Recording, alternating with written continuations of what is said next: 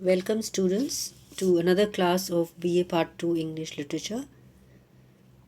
In our last class, we had studied about P.B. Shelley's Ode to the West Wind, and we have completed Canto 1 and Canto 2 in detail. So today in this class, we will continue the poem further by reading Canto 3. So basically, as you have studied in the first two cantos, uh, that the Ode to the West Wind, in this poem we can see Shelley expressing his views as a rebel who wants revolution. As I told you in the earlier classes that he was a product of the French Revolution, and so he desires a social change, and for that, because he's a romantic poet and looks up to nature, he finds that west wind as a symbol of change for him. And in this poem, the poet, under the direct influence of his time, wants a moral, social, political regeneration, which he finds is very important, and he sees this change through the power of nature. And because Shelley, in his lifetime, had dreamed of an ideal world which was without any suffering and misery, and he wanted that equality, liberty, fraternity should not be just empty words. And so his poem Ode to the West Wind expresses his intense desire for this kind of a revolution where he is able to find freedom, power, and change. And so he finds West Wind as a fit symbol to raise and enliven his spirit out of the depths of his feeling of dejection. And if you remember, in the first two cantos, the wind's effect upon the earth and air was described, where the poet invoked the wild west wind of autumn, who scatters the dead leaves and spreads seeds so that they may be nurtured by the spring, and therefore calls the wind both a destroyer and a preserver. And he shifts the scene in second canto from the dry leaves to the clouds in the sky, and how they were compared with the leaves, as if they were the leaves from the boughs of the ocean and the sea. So, in the third canto, which we are going to study, the scene shifts to the Mediterranean Sea. That is, the scene shifts to now water. And what are the effects of the west wind on this terrain, this aspect of nature, that is water. So let us first read Canto 3.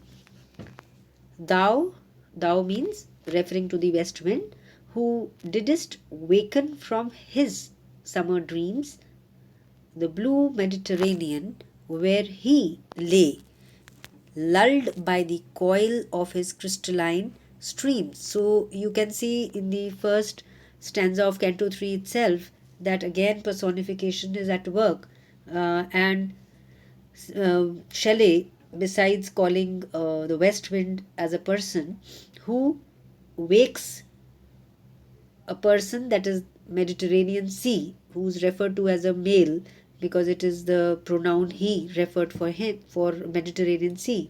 And the west wind wakes up Mediterranean Sea from his summer dreams. And further he says, beside a pumice isle in Bay's Bay, and saw in sleep old palaces and towers quivering within the waves' intenser day, all overgreen with azure moss and flowers, so sweet the sense faints picturing them. Thou, for whose path the Atlantic's level powers cleave themselves into chasms, while far below the sea blooms and the oozy woods, which wear the sapless foliage of the ocean, know thy voice, and suddenly grow grey with fear, and tremble and despoil themselves. O hear. So, like in all cantos, this canto also ends with this calling by the persona to the west wind, "O hear" or "O listen." So, in this, the first few lines, the persona addresses the west wind as awakening the Mediterranean Sea from its sleep or slumber. So the word coil refers to a round or circular motion of the waves. So the scene is almost the currents of the Mediterranean Sea are seen as the coil. So in this few lines, Shelley describes, as I've mentioned before, the action of the west wind on the water. And which water body? Mediterranean Sea, and also on the Atlantic Ocean. So the west wind announces with its coming what happens? The Mediterranean Sea, that summer is over and autumn has arrived. The clear view on a bright summer day of the underwater palaces and towers in Bayes Bay off the coast of Naples, near the island made up of volcanic rock, is disturbed by the west wind which blows across it. In detail, this is explained as in the next lines. Beside, who is beside? The Mediterranean Sea, beside a pumice isle. So pumice isle means an island formed of lava from a volcano.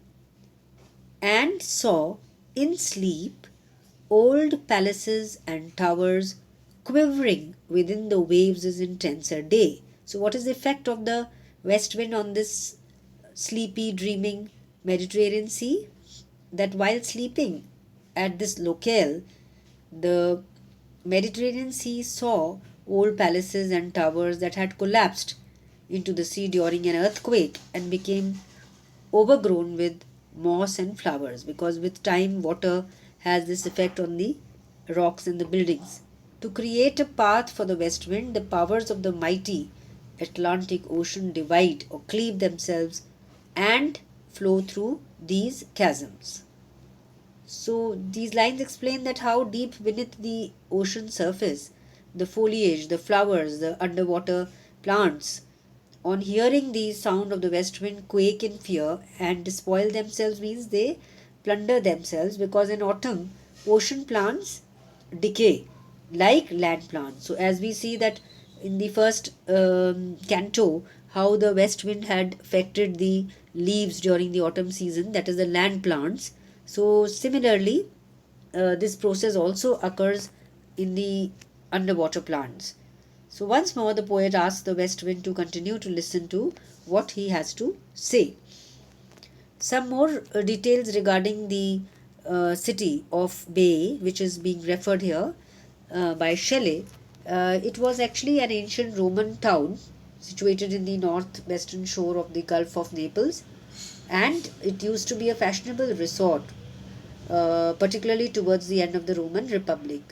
The lower part of the town later became submerged in the sea due to the local volcanic earthquake activity, which raised or lowered the land. So this is actually how Shelley has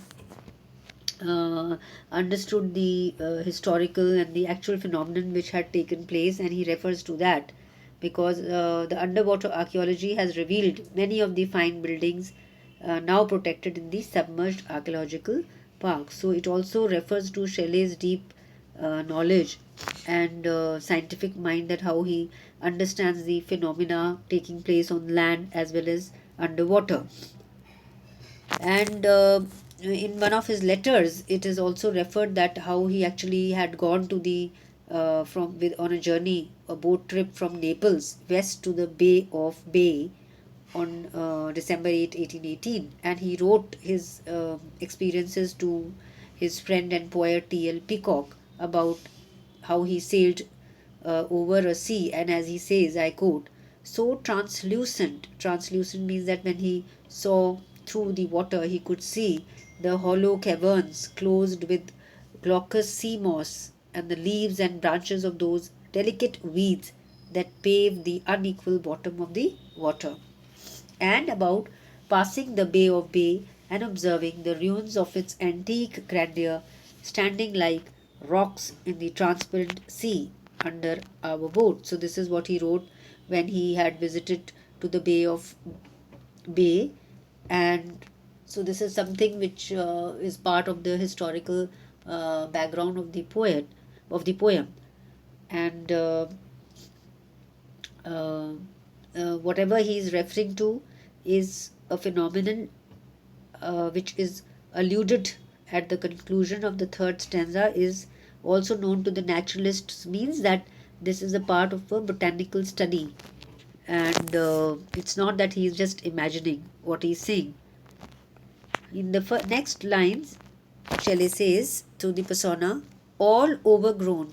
So, all these buildings which he sees are overgrown with azure moss and flowers. So sweet, the sense faints picturing them. So, the effect of these underwater plants uh, on the uh, any person. Thou, that means west wind, for whose path the Atlantic's level power. So Atlantic Ocean is such a big water body, but the spirit or the power or the ferocity of the west wind is so great that it can even uh, cleave Atlantic Ocean. So during his summertime drowsiness, the Mediterranean has seen in his dreams what the old palaces and towers along the Bay's Bay, places that are now overgrown with plants, so that they have become so beautiful and picturesque. And the west wind cleave themselves into chasms, while far below the sea blooms and the oozy woods which wear the sapless foliage of the ocean. So, as explained already, that the west wind to create a path uses the power over the Atlantic Ocean and divide it so that it can flow through the chasms created by it. And deep beneath the ocean surface, what do you find? Flowers and foliage woo upon hearing the west wind's advent, quake in fear and plunder themselves in autumn, because like on land the ocean plants also decay like land plants. So this is the autumn underwater. The west wind creates deep valleys as it blows across the level of Atlantic Ocean and reminds the underwater vegetation deep below that it is autumn and they too must disintegrate and fall like the vegetation on the earth above. So this is how Shelley defines the power of the west wind. And in the last two lines, again, we find that the poet says, thy voice and suddenly grow grey with fear and tremble and despoil themselves, O hear. So it's referring to the power of the west wind over the foliage under water. So we find that how beautifully Shelley has described the power of west wind over land, over the sky, and in this canto, how the west wind stirs the Mediterranean Sea to its depth and makes a lashing progress through the waters of the Atlantic in two halves, its impact reaching miles below to turn the submarine nature, that is the plants, grey in fear. So, thus the mythical might of the wind cover the earth, the sky, and in this canto, the sea. So, it's a beautiful lyric, Ode to the West Wind, and Shelley has used a number of poetic devices to bring forth his idea of the power of the west wind, and the dramatic alliteration in the opening line, wild west wind, announces the energy and the force of the wind, who is personified and has been given a very mythical stature. So, this poem we find is replete with images and metaphors, and the poet's emotion is also expressed at its peak when he makes an appeal to the wind to make him his lyre. So, with this, we come to the end of Canto 3. Thank you.